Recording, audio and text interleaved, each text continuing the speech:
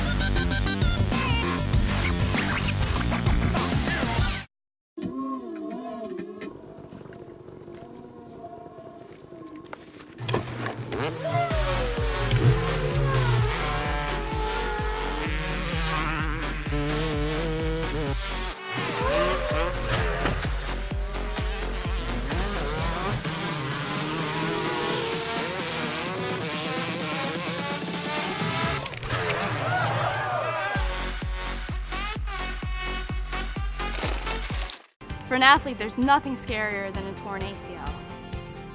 Athletes trust us with their care and their careers because we're a recognized leader in sports medicine.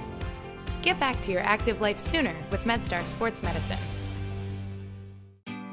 Wise Market's ice cream plant is based in Sunbury, Pennsylvania, and it's locally owned and operated. We've been making our ice cream for nearly 50 years. We create roughly 70 flavors of ice cream right now. We use local ingredients, especially our cream, which is from our milk plant. The cream is what gives our ice cream a rich and creamy texture. Now, together with our customers, we've created a product called Peanut Butter Indulgence, which will be coming out this summer. It's a peanut butter ice cream with sea salt caramel swirl, chocolate-covered pretzel. How could you go wrong with that? Personally, I love our ice cream. If you come to our house at any given time, you'll find at least 5 packets of ice cream in our freezer. Our kids grew up eating Wise quality ice cream, and now we get to treat our grandchildren to it. It's been a pleasure for me to be tasting ice cream for over 40 years for Wise Markets, and I'm loving every minute of it.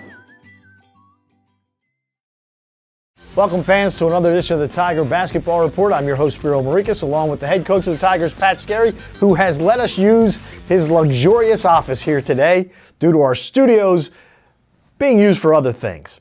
Anyway. We're on location. We are on location. Coach, the Tigers played their last true road non-conference game of the year last week against UMBC, a game that you guys won in double overtime. A thrilling ball game for all the fans that were there. It was a great environment. It was a great game for the Tigers because you came out victorious, snapped a losing streak.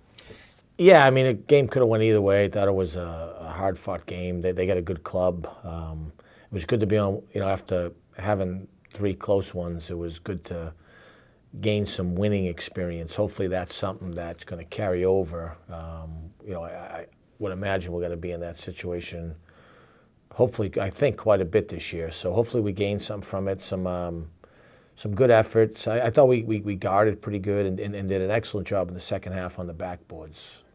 One thing that you were worried about coming into the game was UMBC's three-point shooting because they take 1 million of them every game. They did take a lot of threes. They started off very slowly, but you knew that wasn't going to last. Yeah, they took 43s, so they ended up making 11, which you'll take percentage-wise, but that is still a lot of threes. They're a potent offensive team. Started 2 of 17 from three-point range. They shoot them. And it's funny because then there's so many of them. A couple they make you like, man, that's a tough shot, and then obviously you get a little good fortune where they miss a couple others. The last couple games we've guarded threes much better. I feel like our defense is getting closer to where it normally is, and that has to kind of persist moving forward. For us to be a good club, obviously our defense and rebounding, I think the last 5 games has been more up to Towson standards, and then if we can get the ball security piece under control, I think we have a chance to be a good ball club. A couple of guys had some record-setting nights. Brian Fobbs, 32 points. He ends up being co-CAA Player of the Week. Dennis Tunstall, career-high 15 rebounds, coming off of tying a career-high of 13 against Morgan. So Dennis has become just a rebounding machine. Yeah, he's playing really good for us.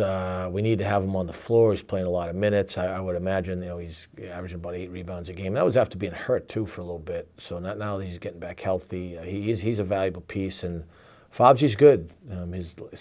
He played pretty good before that, but since we've come back from a Bahamas trip, he's playing at a high level. He's only going to get better.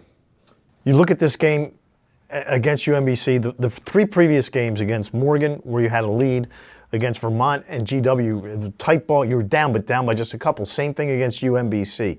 What did you say to the team or anything at halftime? Because, you had played tight in the first half, but then there were lapses in the second half of those previous three games that led to losses. Yeah, I think when you watch the tape, we're still not all the way there. Even against UMBC, we had some errors. But, we're gaining game experience, which is ultimately what we need. And then you get into situations. We spend time on some situations, but there is no substitute for game experience. I thought, like I said, the rebounding piece was better. We didn't cough up. We got down and came back.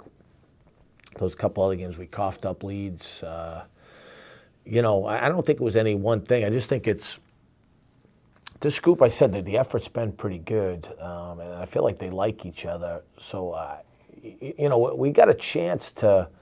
I don't think it's going to be like these games. We're not going to blow people out of the water or anything like that. But we got a chance to be in a lot of games like that, and I think ultimately seasons are defined by your ability to win close ball games, and right now we haven't done enough of that. If we can flip the script a little bit, then we're not that far away from being right now. Since we've come back from the Bahamas, we could have been 5-0. Right. So we're not far off. And even down there, you win the first night, that might change all the dynamics too. So you got to keep that in perspective. Can't use it as a crutch, but you got to keep it in perspective as you're still trying to get better. Other thing, Jordan McNeil, the senior, he's been struggling from the field. He hit two tremendous threes late in that ball game to keep you there. Really happy for him. He's a guy that's been just a great kid to coach. So I'd imagine that's going to do worlds for his confidence moving forward. And I did tell the guys late game, about 4 or 5 minutes ago, stay aggressive shooting the ball. Someone's going to knock down some shots, and especially the way we're rebounding it. A lot of times the best time to shoot a three-point shot is after an offensive rebound. And he made one off a great play by Dennis, and then Jakai, who gave us a big lift that game. He's just got that winning spirit to him. He had a driving kick, and Jordan made the other one. But we're going to need Jordan moving forward. He's going to play a ton of minutes, and I think he's settling in pretty good. And you mentioned Jakai. He got his most extensive minutes of the season and ran the offense well. Yeah, and I think we'll see more of that, not just playing the point, but playing with T.J. Howard. And T.J.'s had a couple good moments for us. We're going to need him, and he'll play well for us. So I think what Jakai is he's got that.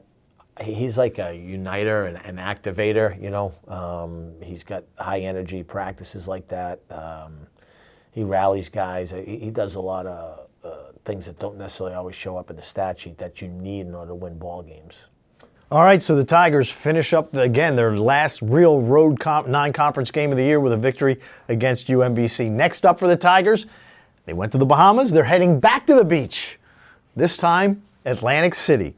Join us later this week on TowsonTigers.com when head coach Pat Skerry and I talk about the Tigers and the Battle of the Boardwalk coming up later this week. So for the head coach of the Tigers, Pat Skerry, I'm Spiro Morekas. Thanks for tuning in to another edition of the Tiger Basketball Report presented by the Green Turtle. And as always, go Tigers.